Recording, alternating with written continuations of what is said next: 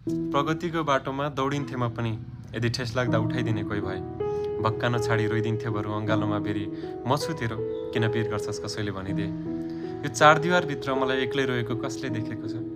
आँसु खसाल्दै लेखेका पानाहरूलाई आवाज दिँदा वाह वाह गर्छ बैरी, तर मनको चिचाहट कसले सुनेको छ? शब्दमा डुबेको यो दुःख कसले बुझेको छ? सोधे कसैले भनिदिन्थे सायद, भिडको बीचमा पनि यो मन एक्लै रोएको छ। आफ्नो भन्ने मान्छेले नि आज पराई बनाएको छ।